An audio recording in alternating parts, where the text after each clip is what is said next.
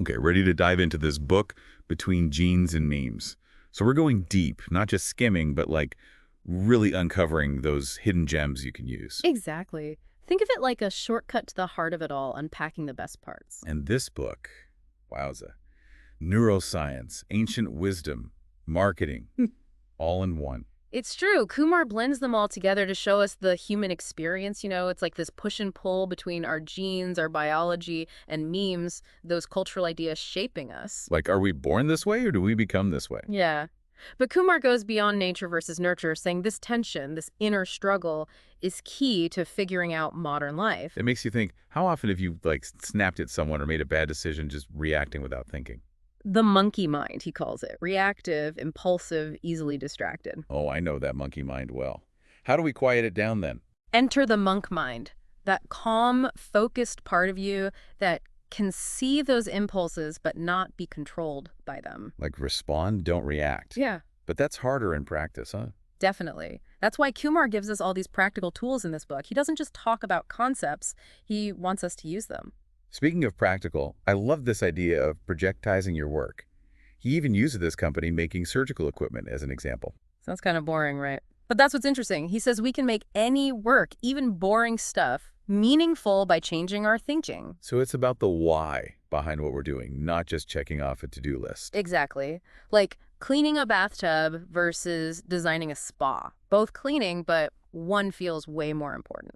It's like those school group projects, remember? Yeah. You could spend hours on them, and it didn't even feel like work. Yeah, because it was a project, a goal, a purpose, a deadline.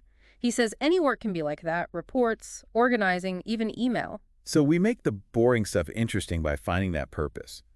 But what about all the stuff we see and hear? It's like information overload these days. That's where it gets really interesting. Kumar argues all this information, especially online, can actually mess with our minds. It's like you're scrolling for an hour and suddenly you feel awful. Is that our genes or those memes in action? Probably both, but I think Kumar would say those online algorithms, they use our natural tendencies against us, especially like our negativity bias. Negativity bias, like focusing on the bad stuff more than the good. Exactly. Way back when, our brains learned to focus on danger first, right? Survival. But now online, that means we click those crazy headlines even if they make us feel bad. So we're programmed to doom scroll. Kinda, yeah. And Kumar's point is, seeing so much negativity, it changes us. Like being stuck in a loop of anxiety-inducing stuff. Okay, so how do we escape that? Like, how do we get out of that echo chamber online? He suggests some big changes. Digital detox, deleting apps, even a different search engine, like DuckDuckGo. Have you heard of that one? Yeah, the one that doesn't, like, track everything you do. Right. Because those mainstream ones with all the personalized results, they keep us in these filter bubbles. Meaning, we only see what they think we want, which is probably just more of the same stuff. Exactly. It's like everyone's agreeing all the time. And over time, that really warps how you see the world. Makes it harder to understand people who think differently. It's you are what you eat, but for our minds, right? Totally. And Kumar says this is huge, not just for us, but for everyone.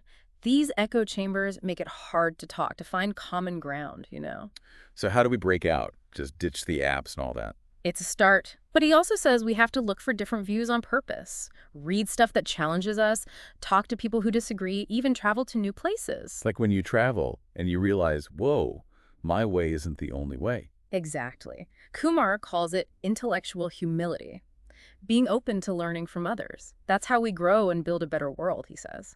It's about realizing we don't know it all, which makes me think of his whole lifelong learning thing. Yeah. It's not just school, it's constant, right? He even compares the school system now to a factory, just churning out graduates with useless skills. I remember highlighting that part. Powerful image, right? It shows we need something different, something flexible. Focus on critical thinking, problem solving, the stuff that makes us human. So learning how to learn. Because things change so fast. He seems big on those online platforms, like Coursera. Big time. He sees them as making knowledge available to everyone. Like, did you know MIT puts its whole computer science intro online for free? Wow, really? That's amazing access. Yeah. But how do we choose what to learn with so much out there? That's where his idea of stackable degrees comes in. It's like instead of that one big degree, you take shorter courses, building the specific skills you need. So it's customized, like choosing what goes in your knowledge toolbox. Exactly. You're in control. And he's got all these strategies to make it work. Time blocking, sprint projects. It's about working smarter, not harder. Makes you think, are fancy degrees even worth it anymore if the skills are outdated so quickly? That's the question. He knows those degrees mean something, but real skill, actually understanding, that's more important. It's about doing the work, the hard stuff. Not just showing off a diploma, but being able to back it up. Right. And that's why you always have to be learning. Even if you went to the best schools, things change. The only constant is change, right? Being able to learn and adapt is key. But learning takes time and focus, which seem impossible these days. Totally. Kumar says we have to fight for our attention, create space to think deeply in this world that's always distracting us. It's like we all have ADD now with all the notifications and stuff. It's exhausting. I know. You have to make a real effort to push back. He even says things like delete social media for a while or set times for checking email. Be strict about it. Take back control. Be more mindful of our time. Exactly. That's where meditation can help too. He talks about how even a few minutes of breathing can calm that monkey mind. Okay, so we've got lifelong learning, mindful information intake, making time to focus. Where does storytelling fit into this? We haven't touched on that yet. Good point. It's a big part of his message. He says stories are how we understand everything, connect, teach each other. Like facts tell, stories sell. We're wired for them. Right. And Kumar says now, with so much data and information everywhere, a good story is more important than ever. So it's not just about the numbers, but making people care about them. Exactly. He gives advice on getting better at it, too. Like, the most powerful stories usually come from real life, right? Our own experiences, good and bad. It's about honesty. Not making stuff up, but finding the truth in what we've lived through and sharing that. It's like our lives are the story, and we have to find the meaning in them. Yeah, and the best stories, the ones that really hit home, they show us something true about ourselves, about being human. So we connect our own stories to the bigger picture, right? But how do we even make sense of it all when there's so much going on? That's where Kumar talks about context. He says we can't understand anything, not really, without knowing the whole story, the background, like a news story, history, even our own lives. He uses that example of deep terrain knowledge versus just knowing the map, right? You can study a map all day, but you have to actually walk the land to get it. Exactly. It's Right. like we can read and read, but until we experience things firsthand, our knowledge is incomplete. Like reading about Paris and actually being there, eating a croissant by the Eiffel Tower. Totally different. Totally. And Kumar says that's true for our own lives, too. We can't understand ourselves without understanding the context, the situations we are in. Makes you realize how much our own viewpoint shapes what we see, those filter bubbles again. For sure. So he says we have to develop contextual awareness to see things from other people's perspectives, not just our own. To realize our way isn't the only way, or even the right way all the time. Be open-minded. Yes.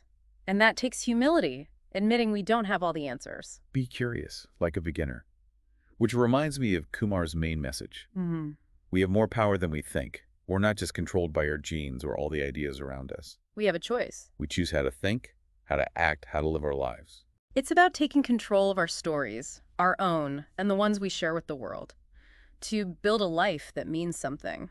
And to leave things better than we found them. So as we wrap up this deep dive into between genes and memes, what's the one thing you want listeners to remember? I think it's about finding that balance between our genes and the memes. It's not about fighting them, but understanding how they work together. Embracing that tension, right? It's part of being human. Absolutely. And within that, there's so much potential for growth and creativity and connecting with others. So to everyone listening, next time you're feeling overwhelmed or stuck, remember what we talked about today. You have the power to choose your own path, to write your own story. And to enjoy the journey along the way.